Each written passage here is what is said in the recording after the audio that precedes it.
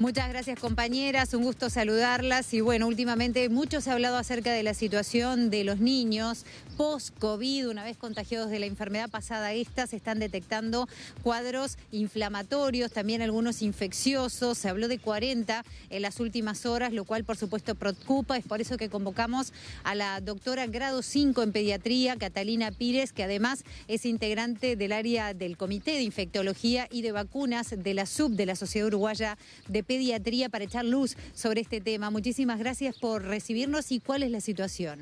Bueno, está bien compartir estos minutos, son importantes para los padres de los niños, adolescentes y para los propios adultos jóvenes, ¿no?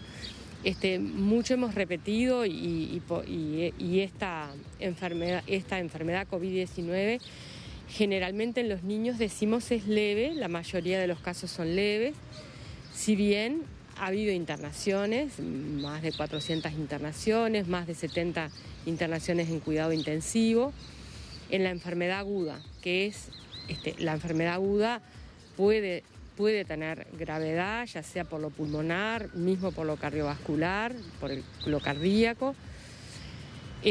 Pero bueno, esa es la realidad con ellos. Lo que está ocurriendo, o lo que ha ocurrido, y que lo estamos analizando un grupo muy grande de pediatras en todo el país, tratando de ver todos los casos que ocurrieron de una enfermedad que sí es muy particular de los niños escolares, de los adolescentes y de los adultos jóvenes, pero más frecuente es de los niños, que ocurre independientemente de que el niño haya tenido una infección sin síntomas o con síntomas leves o moderados.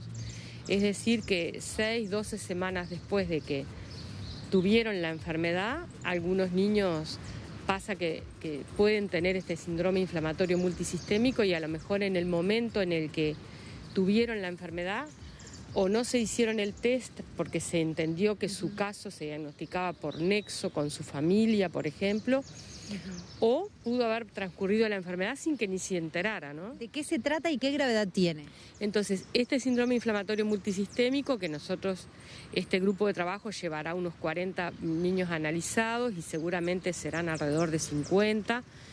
El ministerio después será el que tenga los números finales, pero nosotros estamos viendo las características clínicas, como dice usted, para poder bien alertar a los que tienen que diagnosticar, a los médicos y a las familias. Esta enfermedad, de repente, la enfermedad COVID pasó y el niño reinstala fiebre si es que la tuvo o aparece fiebre. Aparece fiebre, muchas veces una erupción cutánea y una conjuntivitis, los ojos rojos.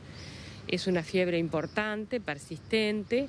La Organización Mundial de la Salud dice que hay que empezar a pensar cuando la fiebre se mantiene 3 días, aparece esa erupción, o puede aparecer un cuadro clínico grave como de lo que nosotros llamamos shock, o sea que es una descompensación cardiovascular. Por eso es que de estos 70 niños, 7 fueron asistidos en CTI y tuvieron esa condición grave. O sea que si uno dijera qué tiene que estar atento la familia es a la fiebre, a la erupción roja de la piel, la conjuntivitis, la fatiga, las palpitaciones, más o menos esas son la dificultad respiratoria, eso es lo que más o menos tienen. Tenemos pocos minutos, sabemos que la SUB va a sacar en las próximas horas un comunicado con más información una vez que avance justamente esta investigación, pero no quiero dejar de preguntarle brevemente de cara al posible comienzo de vacunación para menores de 12 años, ¿cuál es la perspectiva de su parte? Ahí está. Entonces, esta es una condición que los niños la van a tener siempre, esa posibilidad de tener esta enfermedad, que responde muy bien a inmunoglobulinas, a corticoides, pero para el caso nuestro de Uruguay, nosotros vimos que el caso de esta complicación post-COVID apareció, por ejemplo, después del gran pico de marzo-abril, aparecieron casos, y después del de junio, mayo-junio, volvieron a aparecer. Entonces, ahora la situación del Uruguay es buena, porque la incidencia de la enfermedad disminuyó, claramente, disminuyó en los adultos, contagian menos a los niños, pero en proporción la cantidad de niños enfermos es mayor que antes.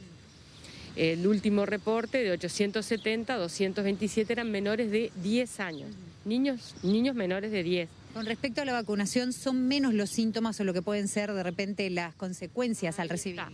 Entonces nosotros abogamos, la inmensa mayoría de los pediatras, por vacunar a los niños entre 5 y 11 años, como ya lo han hecho ya más de 9 países en el mundo. El último en incorporarse fue Estados Unidos.